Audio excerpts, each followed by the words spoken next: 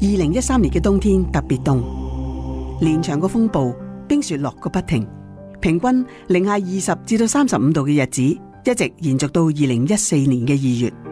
相信喺呢一個寒冬裏邊，冇乜幾多隻流浪貓可以生存，包括埋我飼養嘅一對流浪貓烏沙同埋花花。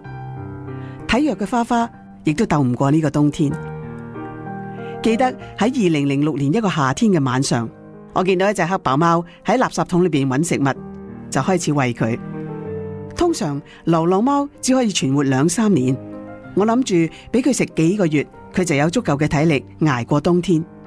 可能因為佢同我自己養嗰隻家貓烏冬都係黑白色，所以我就叫佢做烏沙。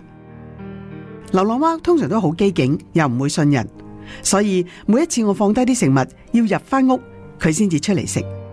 到咗嗰年冬天，佢都會冒住雪早晚走嚟開餐。有一次試過好大風雪，佢失蹤咗幾日，我以為再見佢唔到噶啦，點知後來又出現翻。所以去到每年嘅4月呢，我先至會鬆一口氣，因為我知道佢哋又捱過咗1年。喺2008年嘅夏天，烏沙竟然帶咗2隻貓 BB 嚟食嘢。佢明明係貓公嚟噶，唔知喺邊度搵嚟呢2隻貓 BB 呢？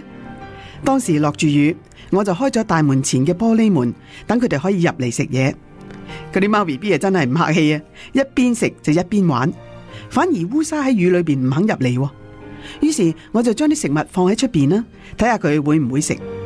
後來我終於明白啦，原來出邊有一隻同貓 BB 一樣嘅花貓，好餓咁，亦都好快咁食晒所有嘅食物。佢亦都好怕人，我行近一步，佢就即刻飛走啦。之後我就俾咗個名佢，叫做花花。每一日呢一家4口都會嚟噶，烏沙咧就會教啲貓 BB 爬樹啊、捉雀啊咁樣，一家生活得好開心。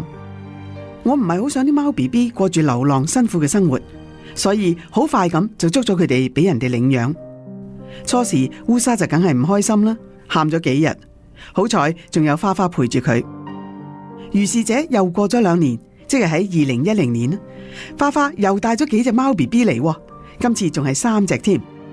我冇法子捉個花花去絕育，好彩我都揾到一個家庭去收養咗一對貓 BB， 而我呢就養埋另外嗰一隻。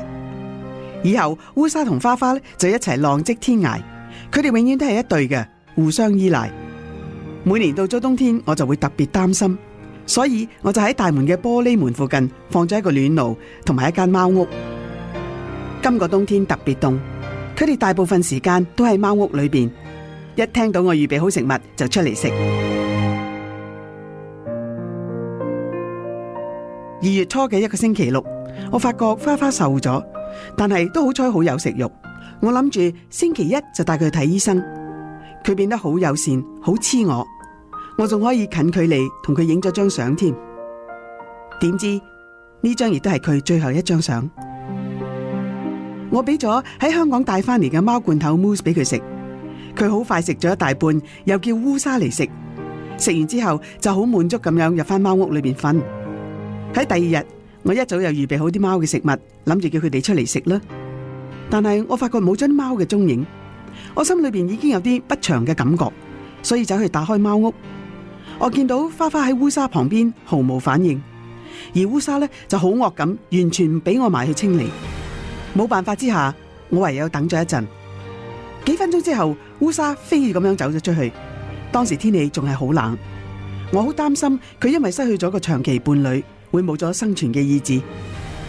喺星期1放工翻到屋企，烏沙竟然喺度。喺出邊佢已經凍咗30幾個鐘頭，好明顯佢係好攰。雖然好唔捨得花花，但係佢終於都捱過咗6個冬天，已經好叻。